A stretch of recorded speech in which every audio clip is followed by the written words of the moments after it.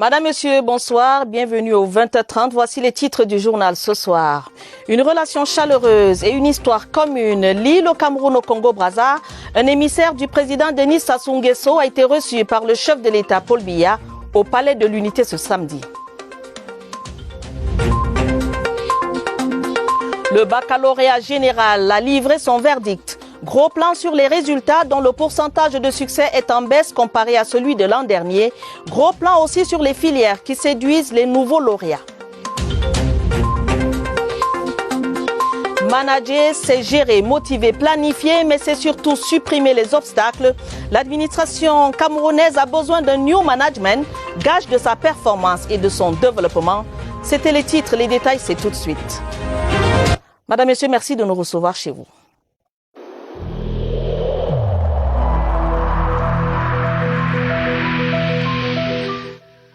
Le port du masque dans l'espace public restera obligatoire jusqu'à nouvel ordre.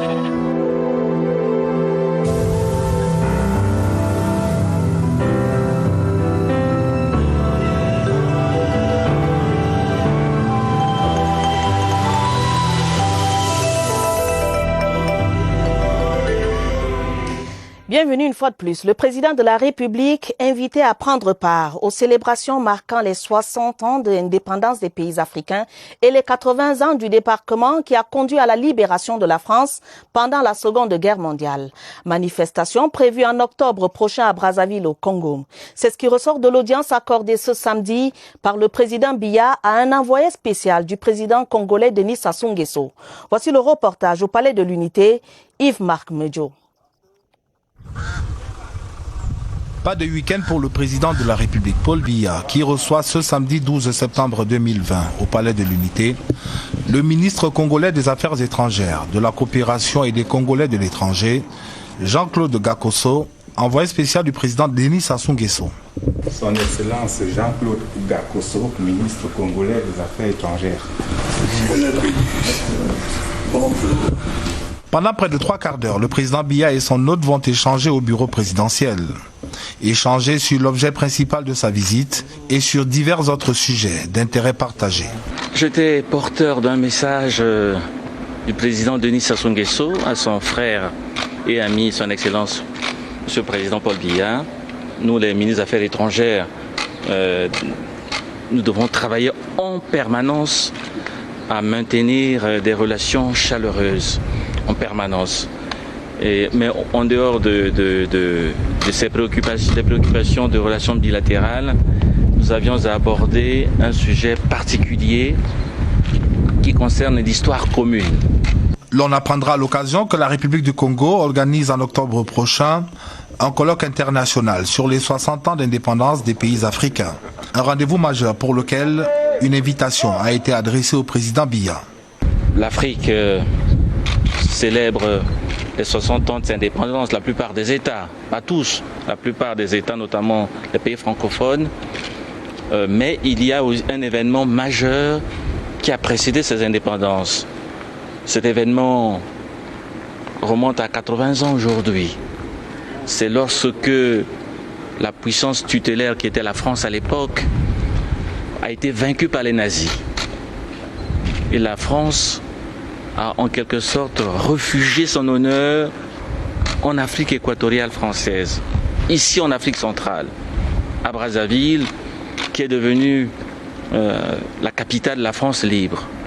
Et c'est de Brazzaville que des légions entières vont partir, des légions de Congolais, de Gabonais, de Camerounais, de Centrafricains, de Tchadiens, vont partir avec le général de Gaulle, le général Leclerc et d'autres généraux pour prendre part aux grandes batailles de la Seconde Guerre mondiale. Nous avons apporté une invitation, précisément une invitation à son Excellence, qu'il a reçue avec honneur et plaisir. Et nous espérons, vous savez, les chefs d'État ont des agendas très compliqués, mais nous espérons vivement que son Excellence sera là à Brazzaville parce que sa parole est très attendue. C'est un grand patriarche, la mémoire de notre sous-région, et son message est très très attendu à cette occasion-là. C'est donc naturellement avec la satisfaction d'avoir bien accompli sa mission en terre camerounaise que l'envoyé spécial congolais va quitter le palais de l'Unité qui, entre-temps, a retrouvé sa quiétude habituelle.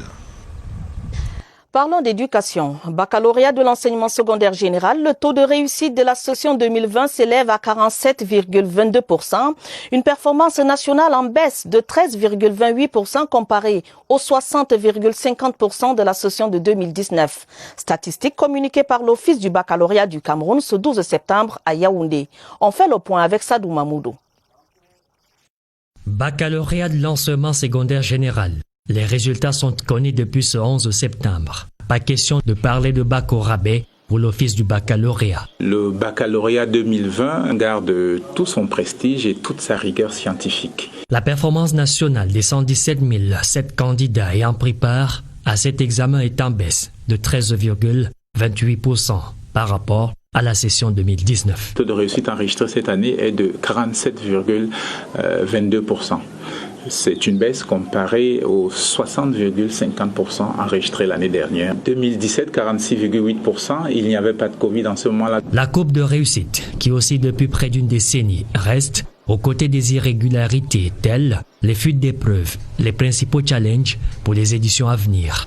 Le baccalauréat reste le baccalauréat et que le diplôme sera décerné aux candidats qui sauront faire face aux épreuves qui leur seront toujours proposées. Dans 2 semaines, ces résultats seront définitifs, avec la délivrance de relevés de notes aux candidats qui auront bravé les mailles du filet de la commission de vérification et de consolidation des conclusions des différents procès-verbaux.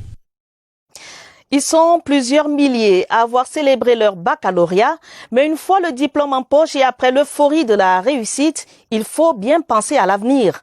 Le choix de la formation est un dilemme, même si certains ont déjà une idée précise du métier à exercer. Quelles filières font courir les nouveaux bacheliers? Réponse dans ce reportage de Alvin Giselzé. Ça y est, ils l'ont, le précieux sésame qui ouvre les portes du futur. C'est un jour mémorable pour moi. Ils sont 4 qui ont eu le bac. Je suis vraiment comblée. Mais faut-il encore opérer le bon choix? Avec une panoplie de plus en plus diversifiée, les alternatives d'avenir après le baccalauréat sont nombreuses. Je vais essayer de faire des concours et des écoles d'ingénierie pour pouvoir réaliser mon rêve. Je vais me lancer en études en informatique, plus précisément dans la programmation numérique. J'ai toujours rêvé de construire les voitures et c'est pour ça que je veux m'orienter dans la mécanique automobile. Certaines formations durent 2 à 3 ans. D'autres peuvent atteindre 5 ans, voire plus. Les filières les plus sollicitées sont notamment l'École nationale supérieure polytechnique, la faculté de médecine, l'École des travaux et l'École normale. La lancinante question, que faire après le baccalauréat, mérite une réflexion approfondie. Des groupes de soutien et d'orientation ont d'ailleurs trouvé là un filon. Surtout qu'une mauvaise orientation peut briser des rêves et perdre certains à jamais. Aux petites et moyennes entreprises, économie sociale et artisanat, la pépinière pilote des incubateurs de projets des DEA vient de livrer sa première cuvée. Les lauréats formés en hygiène, sécurité, qualité et environnement ont reçu leurs attestations de fin de cursus des mains du ministre Achille Basilekine III, qu'accompagnait Issa Tiroma Bakari de l'emploi et de la formation professionnelle. Plus de détails, Augustin Bichoka. La cérémonie de remise des attestations aux lauréats dans cette pépinière nationale pilote DDA couronnait une formation en qualité, hygiène, sécurité et environnement des apprentis. Les 18 lauréats achèvent l'acquisition des connaissances nouvelles dans les domaines de l'agro-industrie et sont désormais aptes pour conduire des projets en faveur de la création des richesses en entreprise. L'objet de notre présence ici, c'est d'abord annoncer aux uns et aux autres la détermination de ce gouvernement de ne ménager aucun effort pour encourager notre jeunesse, pour devenir les architectes et les bâtisseurs de leur propre nation. Nous avons décidé de doter nos jeunes de ces compétences supplémentaires pour qu'ils soient suffisamment outillés, comme eux-mêmes déjà porteurs de projets d'entreprise, créateurs d'emplois, mais également que cela se passe dans toute la sérénité dont ils ont besoin. Après la remise des attestations, les bénéficiaires sauront matérialiser ces connaissances entrepreneuriales bien acquises pendant l'apprentissage. Le ministre de la Fonction publique et de la Réforme administrative a présidé cette semaine une double cérémonie de diplomation et de rentrée solennelle à l'ISMP, l'Institut supérieur de management public. Au cœur des leçons inaugurales et autres colloques, la performance de l'administration publique, mais aussi le développement local et la quête de l'efficacité. Le 20h30 revient ce soir sur les leviers à activer pour améliorer nos administrations. Catherine Touloué-Langa. C'est un mariage obligatoire entre les objectifs assignés à l'administration camerounaise par les pouvoirs publics et les attentes des usagers. Dans un environnement où la performance est désormais incontournable, l'administration camerounaise doit s'appuyer sur plusieurs leviers pour s'améliorer. La qualité des ressources humaines et l'éthique. On va des ressources humaines bien formées. Et puis l'aspect qui est souvent un peu négligé sont les compétences, je voulais dire les compétences molles. La dématérialisation de certaines procédures constitue également un levier essentiel. Vous avez un outil qui est devenu incontournable aujourd'hui, c'est l'informatisation des services publics, la numérisation de certaines opérations qui permettent de gagner en temps, en transparence, en coût de service. Des actions stratégiques dont la facture se paye cash chez les partenaires financiers. Qu'on le veuille ou pas, la pression se fait tellement sentir qu'on se rend compte que le gestionnaire public ou tous les actes de gestionnaire public sont des actes en réalité qui impactent non seulement les individus mais la société. Le baromètre de ces outils de performance est détenu par les instances telles que le conseil d'administration qui veille à l'atteinte des objectifs. Entre avancées et défis, l'administration publique camerounaise peine encore à trouver cet équilibre à même d'assurer un service performant entre inadéquation, incohérence, manque d'objectifs et de motivation ou encore des ressources pas toujours à la hauteur des attentes. Les mots ne manquent pas. État des lieux dans ce reportage de Oswald Modou. On l'évalue souvent en termes d'efficacité, d'efficience, de pertinence, d'éthique et de durabilité de l'action. Vu sous cet angle, la performance de l'administration camerounaise n'a pas totalement atteint ses objectifs. Les populations camerounaises n'imposent pas les objectifs aux administrations, mais quand ces objectifs sont rarement atteints, ça veut dire qu'il y a un problème. La situation de performance de l'administration camerounaise illustre bien la théorie du verre à moitié vide ou à moitié plein. Notre administration ne se comporte pas si mal que cela. Il y a toutefois nécessité de relever certains standards pour qu'elle soit érigée dans certains domaines, notamment au niveau soit des attentes du public, soit des attentes des pouvoirs publics, ou alors des standards internationaux. Avec un cadre normatif bien défini, des pistes de solutions se dégagent d'elles-mêmes. Il est question aujourd'hui pour l'administration publique camerounaise de mettre en cohérence les deux organigrammes qui se chevauchent, de sortir du confort de l'évaluation telle qu'elle se pratique aujourd'hui. La barre n'est pourtant pas inaccessible, pour peu que chaque maillon de la chaîne joue pleinement sa partition.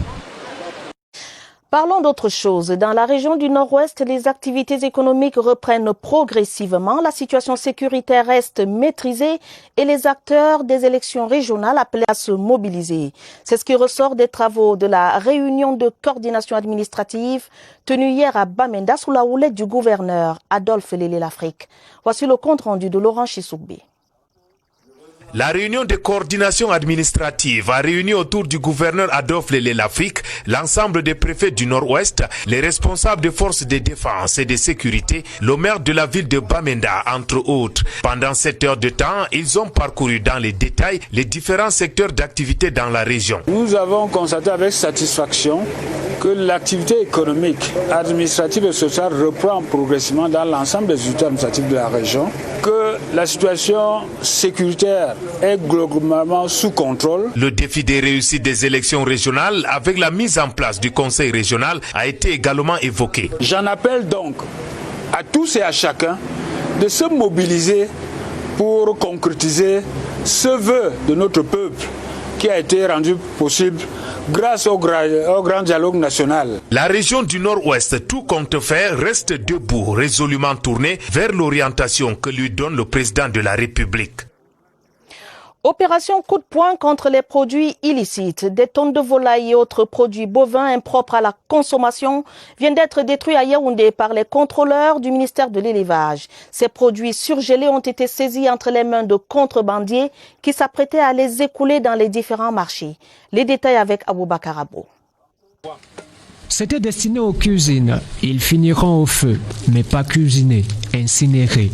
C'est le sort qu'a connu une quantité importante de produits impropres à la consommation, saisis par les éléments du Minépia pour le centre.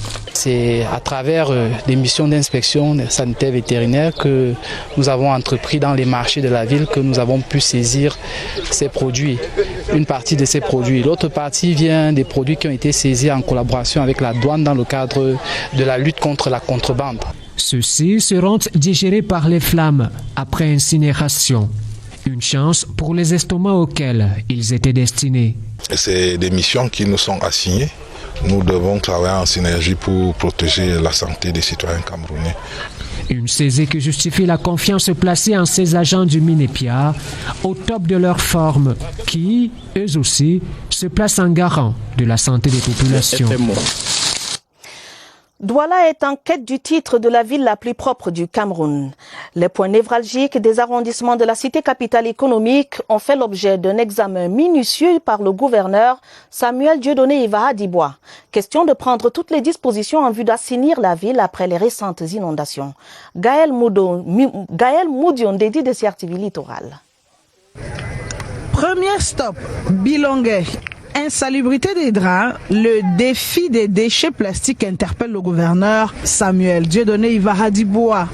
Tout à côté, à Oyak, le gouverneur donne des coups de pelle pour montrer son implication maximale dans l'opération. Et nous voici en Kolmitak garde-fou. Le premier drain exemplaire sur le parcours du gouverneur. L'image que nous avons de ce drain aujourd'hui n'a rien à voir avec ce qu'il était il y a 2 ou 3 semaines. Mais ce n'était pas du tout beau à voir. Mais aujourd'hui, on a l'impression que c'est un drain rénové. Douala 2 a mis les bouchées doubles. Le maire Fampou confie qu'ici, on travaille également le mercredi. Et le dimanche, Douala a bien l'intention de remporter le concours de ville propre lancé par le ministre Ketcha Cortés du Mindu. Restons à Douala pour dire que la Centrale nationale d'approvisionnement en médicaments et consommables médicaux essentiels a une nouvelle équipe dirigeante choisie pour présider aux destinées du conseil d'administration de la Sénamé, Marie-Mélanie Bell, ancienne sénatrice qui a de hauts faits d'armes dans le social à travers son engagement contre la lutte contre l'autisme. Gaël Moudion dédie une fois de plus de CRTV Littoral. C'est une femme prise au dépourvu, mais au triomphe modeste et à la reconnaissance sincère que nous avons rencontrée à son domicile à Douala Nord. Cette nomination me remplit de joie. Elle est la marque de la grande confiance, je dirais, que le président de la République a placé en ma modeste personne. Marie-Mélanie Bell, sénateur suppléante à la précédente mandature, passionnariat et pionnière de la lutte contre l'autisme au Cameroun, a l'habitude de mener plusieurs combats de front. Ce travail va résolument se poursuivre aux côtés de la première dame et de la fondation éponyme. Madame la nouvelle PCA de la Sénamé a déjà un bon mot pour les équipes en poste. À tout le personnel de la Sénamé, je dirais que c'est un travail d'équipe, de collaboration, de respect mutuel. Pour l'heure, se familiariser avec l'environnement sénamé, avant que ne vienne l'heure de s'installer sur son nouveau fauteuil. En rappel, le nouveau directeur général de la Sénamé se nomme Vandi Deli, nommé lui aussi par décret présidentiel hier 11 septembre. Toujours à Douala, cette fois en santé, le protocole de traitement mis sur pied par Monseigneur Samuel Cléda dans le cadre de la lutte anti-Covid-19 pourra désormais être utilisé pour soigner d'autres pathologies et même être exporté vers les pays où la pandémie fait toujours des ravages. Déclaration de l'archevêque métropolitain de Douala qui était face à la presse. Plus de précisions avec Léon Bertrand Tanifo de CRTV Littoral. De mars à septembre 2020, affirme Monseigneur Samuel Cléda, ce sont 9071 personnes qui ont été soulagées de ce mal grâce aux 2 protocoles de traitement mis sur pied par le religieux herboriste. Aujourd'hui, si par hasard un cas d'infection se présente, on lui donne le traitement, il est guéri. Est-ce qu'on peut dire que la maladie est vaincue? Tendance à l'amélioration qui ouvre de nouvelles perspectives à Atsac Covid et Elixir Covid. Nous allons étendre le traitement vers le pays où la pandémie continue de faire des victimes. L'archevêque métropolitain de Douala évoque par ailleurs la possibilité d'ouvrir la production de ces protocoles déjà labellisés à des laboratoires étrangers, question de satisfaire la demande sans cesse grandissante.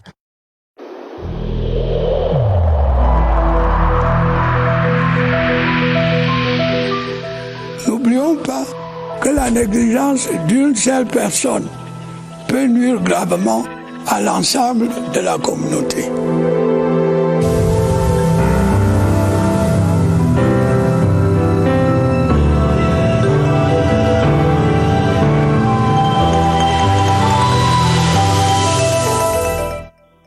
La riposte anti-Covid-19 au Cameroun, le nombre de contaminations est en chute dans la région de l'Ouest. Environ 10 cas positifs sont confirmés par semaine, alors que la moyenne par semaine était au-delà de 200 cas il y a quelques mois. Plus de nouvelles avec notre reporter Évariste Yenga qui est en ce moment au centre des opérations d'urgence de santé publique avec son invité, le docteur Shinmun Daouda. Évariste Yenga, bonsoir, vous avez l'antenne. Bonsoir à Tabadine Omar. Notre attraction ce soir, c'est la prise en charge et le dépistage particulièrement dans la région de l'Ouest. On y retourne pour avoir effectué un premier détour il y a quelques semaines là-bas. Et le guide, c'est le délégué régional dans cette région, délégué régional de la santé publique, le docteur Shinmun Daouda. C'est notre invité. Bonsoir docteur. Bonsoir Évariste. On parle de la fréquentation des hôpitaux de prise en charge Covid dans votre région sanitaire. Dites, qu'est-ce qui a changé ces derniers jours? Ok, merci. Il faut dire qu'avec l'implémentation de la décentralisation des activités de riposte dans les districts de santé, jadis, on avait 2 centres de prise en charge. Actuellement, on est autour de 40. Nous assistons à une mise sous traitement précoce des patients, même au stade asymptomatique. Ce qui a fait que le nombre de cas symptomatiques, de cas sévères et même de décès ont considérablement régressé dans la région. Nous sommes passés de 146 cas par semaine au moment du pic à environ 10 à 7 cas actuellement. Donc, ce qui nous a fait baisser considérablement le taux d'occupation de lits dans les formations sanitaires. Jadis, on était à 80%. À l'hôpital régional, qui est notre hôpital de référence. Actuellement, on tourne autour de 0 à 4%. À l'hôpital régional, nous avons enregistré 2700 nouveaux cas, 2900 contre l'année dernière autour de 5000, 6000 nouveaux cas. Donc voilà la situation actuellement dans nos formations sanitaires. Situation également au niveau des dépistages, on a retenu quelques chiffres, mais dites, est-ce que les populations adhèrent ou alors elles sont réticentes? Dans tous les districts de santé, il est organisé des campagnes de dépistage en stratégie avancée, même fixe, parfois mobile. Et nous assistons à un dépistage massif des populations. Actuellement, nous sommes déjà autour de 40 000 personnes dépistées dans la région. Mais ce qu'il faut signaler, c'est que plus le nombre de personnes est dépistées, le nombre de cas positifs régresse considérablement. Signalons-le que la semaine dernière, nous n'avons enregistré que 7 cas positifs sur autour de 4000 personnes testées. Ce qui fait baisser le taux de positivité qui passe de 11% dans la région au moment du pic, environ 0,1% actuellement au niveau de la région. Docteur, merci. On va s'arrêter là. Merci. Et c'est le chiffre que l'on retient, ce pourcentage, 0,1% pour ce qui est du taux de positivité dans la région de l'Ouest. C'est plutôt bon signe pour cette région qui, au classement, à l'échelle de classification, occupait la 3e place comme la région la plus touchée. Donc les nouvelles qui viennent de l'Ouest sont plutôt bonnes. À Tabadine Omar, demain, dimanche, on passera du docteur Shinmun Daouda de ce soir à celui de la région de l'Est. Ce sera notre invité sur la même fenêtre. À vous le plateau. Merci Évariste Yenga. Le rendez-vous est pris pour la région de l'Est. Allons à Ebolova où il y a eu remise de médailles à 51 personnes au titre du 20 mai 2020 à la place des fêtes de Kovos en raison de la pandémie du Covid-19. Des médailles épinglées sur ces valeureuses poitrines par le gouverneur de la région du Sud, Félix Ngelengele. Plus de précisions avec Eric Assako de CRTV Sud. Les médailles épinglées sur la poitrine des promus du jour sont la récompense pour service rendu à la nation. C'est un sentiment de fierté pour cette belle récompense. Entre la médaille que recevait le vieux nègre et celle qui m'a été remise ce matin, beaucoup d'eau ont coulé sous les ponts. Les récipiendaires ont été faits commandeurs, officiers et même chevaliers dans les catégories de l'ordre de la valeur du mérite camerounais, du mérite agricole, du mérite sportif et de l'ordre du mérite des forces publiques. Les honorables Jean-Jacques Zam et Gervais Mathurin Bindois ont été élevés à la dignité de grands officiers de l'ordre national de la valeur. Le caractère solennel de l'événement, les bouquets de fleurs et les hues des familles ont mis de la couleur à cette cérémonie, traduisant ainsi la valeur du choix porté sur les personnes à l'honneur. Place au livre de la semaine intitulé Stir It Up the Smile in You, un recueil de poèmes sous forme d'enseignement pour les parents et les éducateurs au sujet des valeurs fondamentales à inculquer aux enfants pour les amener à donner le meilleur d'eux dans la société. L'auteur Sami Oke Akombi. Voici la synthèse de l'ouvrage avec Sidoine Monkam. Stir It Up the Smile in You est une suggestion aux parents et éducateurs pour parfaire l'éducation des enfants. L'auteur Sami Oke Akombi se sert du genre poétique pour sensibiliser sur la nécessité d'inculquer aux enfants de bonnes valeurs afin de les rendre plus éveillés dans la société. Des cas pratiques pour tenir en haleine le lecteur. À la maison comme à l'école, il est urgent selon l'auteur de donner aux enfants une éducation de qualité. Sami Akombi rappelle aussi la place de la jeunesse qui constitue la relève dans la société et insiste sur l'urgence d'une prise de conscience patriotique. Le recueil de poèmes de 70 pages est écrit en langue anglaise. L'auteur Sami Oke Akombi, en plus d'être écrivain et enseignant des langues anglaises et françaises, chargé de cours à l'Université catholique d'Afrique centrale. Kick-off réussi pour CRTV Sport and Entertainment qui a offert à ses millions de téléspectateurs le match inaugural de la saison 2020-2021 de la Première Ligue anglaise. Les Camerounais et autres fans de football anglais ont pu savourer la rencontre Fulham-Arsenal sur les antennes de CRTV Sport. La matérialisation d'un projet piloté par le top management de la CRTV. Robert Badjek revient sur cette première historique. La bande-annonce diffusée en boucle ces derniers jours semblait pour certains sceptiques comme un canular. C'est désormais officiel. Toute la passion, toute l'émotion, toutes les vibrations générées par le football Made in England vous sont transmises par le canal de la cadette du réseau CRTV. Durant 3 heures de direct, journalistes et experts du championnat anglais ont décrypté pour vous l'avant, le match et l'après-match de cette rencontre inaugurale. C'est donc un premier défi relevé qui a nécessité l'implication personnelle du top management, lui qui a très vite flairé les enjeux de la diffusion du championnat de football le plus suivi dans le monde. L'aventure ne fait que commencer et il y en a pour 9 mois de montée d'adrénaline, de spectacles sportifs, de frissons garantis. Pas de panique donc, CRTV Sports and Entertainment ne compte pas filer à l'anglaise. Et vous l'avez dit Robert Badjek, l'aventure ne fait que commencer. Je vous recommande particulièrement ce rendez-vous entrevue le MAG. Juste après ce journal, la diva du Makossa, la diva de la musique camerounaise se raconte. Grâce Deka entretien avec Eric Christian Nias sur cette antenne juste après ce journal. Fin de ce journal préparé avec la collaboration de Georges Marcel Messila et Mirabel Tala. Prochain rendez-vous avec l'information minuit. Vous serez avec Gideon Tazo et Joseph Guetta Mandeng. Madame, Monsieur, votre fidélité nous honore. Prenez soin de vous, prenez soin de vos familles et bonne soirée à tous.